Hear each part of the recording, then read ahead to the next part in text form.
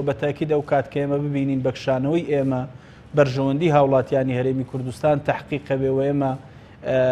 ئەتوانین ئەو بەرپرسیارەتی خۆمان هەڵبگرین کە بەکشانەوەمان بارودۆخی هەرێمی کوردستان ڕوو لە باشیەکە بەتاکید کۆمەڵی ئیسلامی دوودڵ نابێ و کۆمەڵ ئاسان بڕیارەداوێمە تا ئێستاش خاوەنی هیچ بەرژەوەندیەکی خودی و حزبینی من زانیاریم نییە لەو ڕۆکە هەوڵ هەیە ئێمە پێش جەژن وەکو کۆمەڵی ئیسلامی هەوڵماندا کۆبوونەوە ببێ و دوای جەژنیش بەتاکید هێز و لایەنە سیاسیەکان و ڕەنگە کۆمەڵی ئیسلامیش جارێکیکە لە ناوخۆی گفتوگۆ بکاتەوە و هەوڵ بدەین کە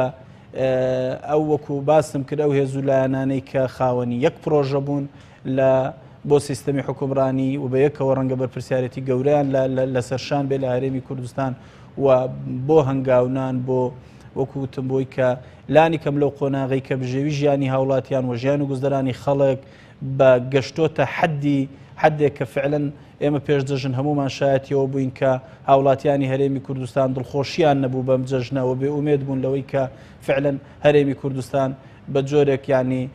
دەستی ناوەتە بینەقاق حکوومەت لە یا حکوومەت یا دەسەڵاتدارانی سیاسی لە هەرێمی کوردستان بە جۆرە دەستیان ناوەتە بینەقاقای خەڵک و هاوڵاتیان بە جۆرێک کە قوتی ڕۆژانەشانێتتر دەست ئێمە پێمان وایە خاڵی ینی ئەساسی ئەوەی کە واقعی هەرێمی کوردستانی بەم ڕۆژە گەیاند بە دیاریکراوی پەخستنی پەرلەمانی کوردستان و پەخستنی پەرلەمانی کوردستان بوو کە گفتوگۆی نێوان ئەو پێنج هێز و لایەنە سیاسی وەستاند و هەمیشەش وە کۆمەڵی ئیسلامی کوردستان باوەڕمان وە بووە خاڵی یەکەم ئاساییکردنەوەی بارودۆخ و ئاساییکردنەوەی بارودۆخ و وەگەڕخستنەوەی پەرلەمانی کوردستانەوە پەرلەمان بە ڕۆڵی خۆی هەستێ پێمان وایە بە تەکلیلی دەستپێکردنەوەی گفتوگۆکان بە تەئکید بەرپرسیارەتی ئەوە بەڕوونی لە ئەستۆی پارتی دیموکراتی کوردستان